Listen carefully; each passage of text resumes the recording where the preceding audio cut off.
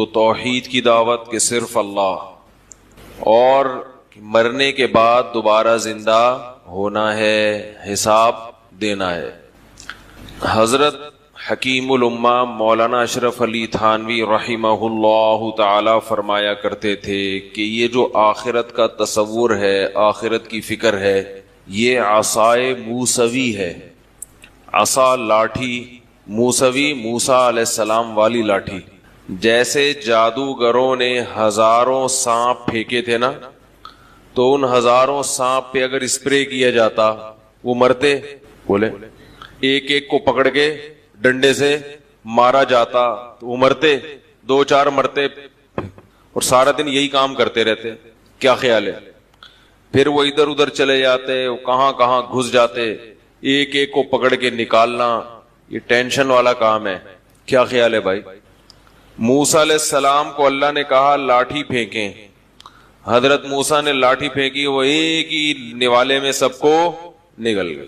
اس کا کام ہی یہ تھا کہ اس قسم کے جتنے بھی جراثیم ہیں ان کو بولو بھائی ختم کرنا۔ تو ہم میں سے جتنے بھی لوگ ہیں ان میں مختلف قسم کی روحانی بیماریاں ہیں۔ وہ روحانی نہیں، پھر بتا دوں، وہ جو روحانی علاج والے کہتے ہیں، وہ ٹوپی ڈرامے، خود بھی ڈرامے باز، دوسروں کو بھی، اور ان کے پاس جانے والے بیوقوف، اور ان لوگوں کے پاس جانے والوں کی دنیا میں سزا یہ ہے کہ یہ ساری زندگی انہی فلیتوں پلیتوں میں بول لو نا یار رہتے۔ کیونکہ مجھے اس موضوع پر غصہ اس لیے آتا ہے کہ بول بول کے تھک گئے مگر پبلک جانا نہیں چھوڑ رہی۔ کالز آتی ہیں کہ ادھر گئے تھے روحانی والے کے پاس تو پھر یہ ہوا، پھر میں نے کہا گئے کیوں تھے؟ کہنے لگے پریشان تھے، کیا کرتے؟ تو پریشانی کا مطلب یہ کہ جدھر بھی منہ اٹھاؤ چلے جاؤ۔ اگر کسی پریشانی کا آپ کے پاس علاج نہیں ہے تو اس کا مطلب یہ نہیں ہے کہ جس کے پاس نہیں ہے اس کے پاس چلے جاؤ، صبر کر کے بیٹھ جاؤ، بس نہیں آ رہی۔ اگر کسی پریشانی کا علاج نہیں ہے تو بس کسی کے بھی پاس چلے جاؤ، وہ تو اور پریشانی بڑھا دے گا نا۔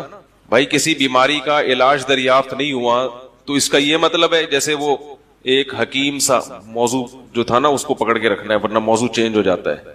روحانی جب بھی آئے گا نا درمیان میں اس کی واٹ لگاؤں گا میں، یاد رکھو، یہ آپ کو برداشت کرنا پڑے گا۔ وہ ایک حکیم کے پاس لوگ آتے تھے، ایک صاحب آئے کہ میرے پھنسی نکل گئی ہے، حکیم صاحب نے دوا دے دی۔ حکیم بیچارے کو پھنسیوں کا علاج آتا نہیں تھا، دوا دے دی تو وہ اس شخص دوا لے کر گیا، احتیاطاً پوچھ لیا کہ اس سے پھنسی ٹھیک ہو جائے گی؟ اس نے کہا نہیں۔ کہا پھر دوا کس چیز کی دی ہے؟ اس نے کہا یہ پھوڑا بن جائے گی۔ کہا پھر کیا ہوگا؟ کہا پھوڑے کا میرے پاس علاج ہے، پھوڑے کا مجھے علاج آتا ہے، پھنسیوں کا علاج نہیں آتا۔ تو جو روحانی والوں کے پاس جاتے ہیں نا، ان کے پاس آپ کی پریشانیوں کا علاج نہیں ہے، البتہ یہ کچھ ایسی پریشانیوں میں آپ کو ڈال دیتے ہیں جن کا ان کے پاس علاج ہوتا ہے۔ سمجھ رہے ہو؟ تو آپ پھر یہ سمجھنا شروع کر دیتے ہو کہ میں ٹھیک ہو رہا ہوں۔ آپ گئے، مسئلہ پیچیدہ تھا اور پیچیدہ ہو گیا، اس نے کچھ کیا تو وہ جو الگ سے بیماری آئی تھی وہ تھوڑی دیر کے لیے ٹھیک، پھر وہ ایک چین میں ساری زندگی کے لیے پھنس گئے۔ تو میں یہ کر رہا تھا کہ ہم میں سے ہر شخص میں بہت سارے ٹیکنیکل قسم کے فالٹ ہیں۔ پورا انسان بڑا مشکل سے کوئی بنتا ہے، جسمانی لحاظ سے انسان بننا آسان، لیکن حقیقی معنوں میں انسان بننا مشکل۔ فزیکلی تو ہم سب انسان ہیں، فزیکلی ہم سب کیا ہیں؟ انسان ہیں، دانت ہیں، ہاتھ ہیں، پیٹ ہے، آنکھیں ہیں، تو یہ گدھے کی بھی یہی سارے پارٹس ہوتے ہیں۔ کیا خیال ہے بھائی؟ اس لحاظ سے ہم میں اور گدھے میں فرق نہیں، ہم میں اور گھوڑے میں بلی میں فرق نہیں ہے۔ تو میں کہہ رہا تھا فزیکلی انسان تو حیوان ہی ہے نا، لیکن انسان کی ایک الگ زندگی ہے جس کو روحانی زندگی کہا جاتا ہے۔ اس سے انسان کیا بنتا ہے؟ انسان کا۔ ہم جب کہتے ہیں نا انسان بن انسان، تو اس کا مطلب یہ نہیں ہے کہ دم کٹوا دے اپنی، وہ کہ بھائی میں کوئی گدھا تھوڑی ہوں، میں بندر بھی نہیں ہوں، میرے تو دم بھی نہیں ہے۔ تو اس کا مطلب ہوتا ہے حرکتیں کیسی کرو؟ گدھوں والی نہیں کرو، حرکتیں گینڈے والی نہیں کرو۔ یعنی دیکھو انسان کی کچھ صفات ایسی ہیں، انسان اچھا بھی ہوتا ہے برا بھی ہوتا ہے، جانور تو ایک ہی جیسے ہوتے ہیں نا، یہ تو موضوع کئی دفعہ بیان کر چکا ہوں، اس کو نہیں ریپیٹ کروں گا۔ انسان میں اچھائی انسان کی آزمائش ہے، لہذا وہ آزمائش پہ پورا اترتا ہے تو اچھا بن جاتا ہے، آزمائش میں فیل ہو جاتا ہے تو برا۔ جانور اچھے برے نہیں ہوتے، بس جیسے اللہ نے بنا دیا ویسے ہی ہے۔ تو انسان میں بڑی مصیبت یہ ہے کہ اس کے اندر کچھ روحانی بیماریاں آتی ہیں. اس کا دل چاہتا ہے کہ جھوٹ بول کے کماؤں, اس میں زیادہ کمائی ہے. اس کا دل چاہتا ہے کہ دھوکہ دوں. اس کا دل چاہتا ہے کہ نظر کی حفاظت نہ کروں, زنا کی طرف جاؤں, فحاشی کی طرف جاؤں. غصہ جب بھی آئے تو سامنے والے کو نقصان پہنچاؤں, چاہے میں وہ غلطی پر ہو یا نہ ہو. یہ انسان کے اندر کی نا باڈی کی ریکوائرمنٹ ہوتی ہے, اپنی خواہشات پوری کروں, بس خلاصہ اس کا یہ ہے. تو بہت ساری بیماریاں ہیں. اب اگر ان بیماریوں میں سے ایک ایک بیماری کا علاج کیا جائے تو بڑا ٹائم لگتا ہے. اس کسی کو عشق مجازی ہو گیا, وہ آتا ہے بزرگ کے پاس, حضرت وہ آنکھ وٹکا ہو گیا, طبیعت کی سیٹنگ.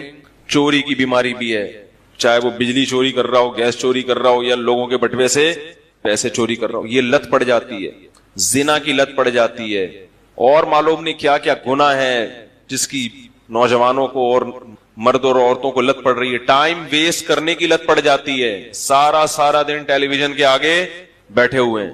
ارے بھائی کچھ کر لو, کیوں ٹائم ضائع کر رہے ہو؟ نہیں, کچھ ہوتا ہی نہیں ہے, دل ہی نہیں لگتا کسی کام میں. دل صرف ایک کام میں لگتا ہے, گلی کے باہر گٹر کے ڈھکن پہ بیٹھو اور ایک منہ میں گٹکاؤ اور بس اپنی منمانی زندگی. سب سے زیادہ مزہ اس میں آتا ہے, کچھ بھی نہ کرو, بس یہ مزے کا کام ہے. کچھ کرنے کے لیے تو نفس کے خلاف مجاہدہ کرنا پڑتا ہے نا. خواتین کا دل چاہتا ہے پردہ نہ کریں, ماں بلائے تو جواب بولو نا. یہ بڑا مسئلہ ہے آج کل گھروں میں, مائیں بیٹی کو بلاتی ہیں, بیٹی جواب ہی نہیں دیتی. نماز توڑنے کا حکم ہے, نماز توڑ کے ماں کی پکار کا جواب دو. اور یہ ڈرامے کی وجہ سے ماں کی پکار کا جواب کہ ڈرامہ دیکھ رہی ہے, واٹس ایپ پہ لگی ہوئی ہے, فیس بک پہ بیٹھی ہوئی ہے. تو جب باپ اور ماں کا نہیں ہے تو میاں کا کہاں سے ہوگا؟ کیا خیال ہے میاں کا؟ کیونکہ اس کی تو ساری حرکتیں ان کو پتہ ہیں. کیا خیال ہے بھائی؟ ابا کے بارے میں تو بھائی اچھے ہی ہوتے ہیں سب کے ابا. میاں کے تو ایک ایک حرکت بیوی کو کیا ہوتی ہے, تو اس کی عقیدت کہاں سے آئے گی دل میں. اسی طرح میاں صاحب حقوق ادا نہیں کر رہے, دوستوں کے ساتھ تو ہی ہا, گھر میں آتے ہی منہ پہ پورے 12 بجنا شروع ہو جاتے ہیں. تو یہ ساری سیٹنگ آؤٹ ہوتی ہے. اب اس میں معاشرے کی اصلاح کہاں کہاں انسان کرے بیٹھ, بھائی یہ بھی ٹھیک کر لو, یہ بھی ٹھیک کر لو, یہ بھی ٹھیک کر لو, یہ بھی ٹھیک کر لو, یہ بھی یہاں بھی انسان کے بچے بن جاؤ, ایسا کیوں کر رہے ہو, یہ کیوں کر رہے ہو, یہ کیوں کر رہے ہو. تو حضرت حکیم علماء فرمایا کرتے تھے آخرت کی فکر پیدا کر لو. بس کیا کر لو کہ بھائی جو بول رہا ہوں, جو کر رہا ہوں, وہ لکھا جا رہا ہے, اور اس کا ایک دن حساب بولتے کیوں نہیں بھائی, حساب دینا. فرمائے ساری چیزیں خود بخود سیٹنگ پہ. یہ موسیٰ علیہ السلام کی لاٹھی ہے آخرت کی فکر, جو سارے سانپوں کو, جو دنیا کے سانپ اور برائیوں کے سانپ ہیں, ان کو ایک ہی نوالے میں کھا جائے گی. کیونکہ آپ کو خود اپنے آپ کو ٹھیک کرنے کی فکر پیدا ہو جائے گی. جب فکر پیدا ہوگی تو پہلے یہ ہوگا کہ کون سی چیزیں ٹھیک ہیں ان کا پتہ چلا لوں, اور کون سی چیزیں غلط ہیں ان کا بھی پتہ چلا لوں. پھر اگلی فکر یہ ہوگی جو ٹھیک ہیں وہ اختیار کر لو, اور جو برائیاں ہیں وہ چھوڑ دو. یہ دو چیزیں خود بخود پیدا ہو جائیں گی. کیونکہ جن لوگوں میں آخرت کی فکر ہوتی ہے ان کے حالات ہم نے دیکھے ہیں, وہ بہت زیادہ ٹھیک ہو جاتے ہیں, اتنے ٹھیک جتنے آپ اور ہم افورڈ بھی نہیں کر سکتے. ہمارے شیخ حضرت مفتی رشید احمد صاحب رحمہ اللہ تعالی فرماتے تھے کہ بچے کی غلطی پہ جب غصہ آئے اپنے بچے کی, اس وقت اس کو سزا بولو بھائی نہ دو, کیونکہ اس میں اتنا جرم نہیں ہوگا جتنا غصے کی وجہ سے آپ اس کو سزا دو گے. اس کا بھی قیامت کے دن حساب. باپ کو اجازت نہیں ہے کہ اولاد پہ ظلم کرے, ظلم کرے گا تو قیامت میں حساب دینا پڑے گا.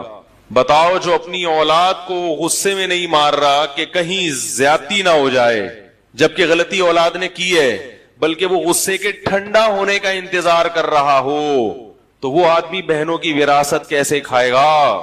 بولو نا بھائی. وہ کیسے لوگوں کے کروڑوں روپے کھا کے بیٹھے گا, وہ کیسے قتل کرے گا, وہ کیسے ظلم کرے گا. حضرت مفتی محمد شفیع صاحب رحمہ اللہ تعالی کا بھی یہی معمول تھا. فرماتے ہیں جب مجھے غصہ آتا تھا تو میں اپنے بچوں پہ سختی, جب غصہ ٹھنڈا ہوتا تھا پھر اپنے بیٹوں کو بلاتے تھے. کون بیٹے؟ حضرت مفتی تقی عثمانی صاحب, حضرت مفتی رفیع عثمانی صاحب. پھر اللہ ایسی اولادیں بناتا ہے جب باپ ایسا ہو. کیا خیال ہے بھائی؟